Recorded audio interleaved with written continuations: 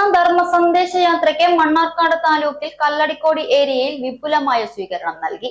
സമാപന ഹിന്ദു സംഗമം പുലാപ്പറ്റ ചെറുനാലിശ്ശേരി ഭഗവതി ക്ഷേത്രത്തിൽ നടന്നു. തിങ്കളാഴ്ച രാവിലെ 7 മണിക്ക് കല്ലടിക്കോട് ഏരിയ യാത്ര എലുമ്പലാശ്ശേരി ദാക്ഷായണി ബാലാശ്രമത്തിൽ നിന്നും ആരംഭിച്ചു.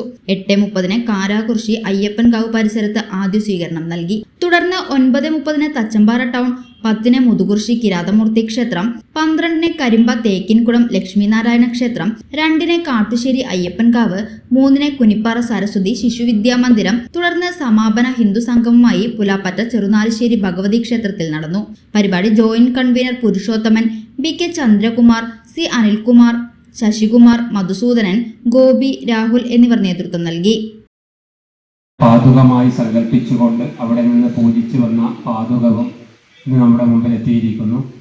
ഈ പാതുകത്തിൽ അഭിഷേകം ചെയ്ത് ഭഗവാന്റെ പാതുകത്തെ, ഭഗവാന്റെ സാക്ഷാൽ പാദത്തെ തന്നെ നമസ്കരിക്കുന്ന ഭാവത്തിൽ ഇതിനെ നമസ്കരിച്ച് ആ ദീപജ്യോതിയെയും തൊഴുത് പോകുവാൻ നമുക്ക് സാധിക്കട്ടെ.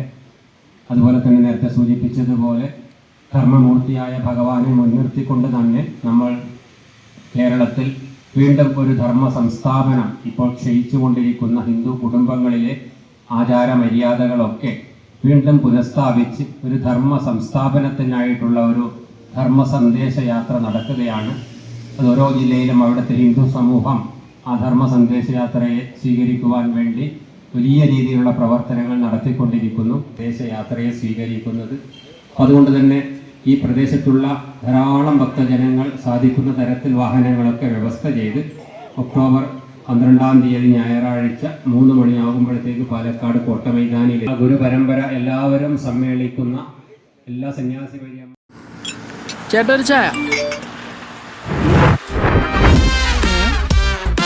സൂപ്പർ ഫാസ്റ്റ് ആണല്ലോ. ഇതെന്താ കേരള വിഷൻ വൈഫൈയാ? ഫാസ്റ്റ് ഒക്കെ തന്നെ, പക്ഷെ Kerala vision wifi connection free ആണ്. ചായ ഫ്രീ അല്ല, കാശട് Kerala vision free wifi connection. Free ആയി കണക്ട് ആവൂ.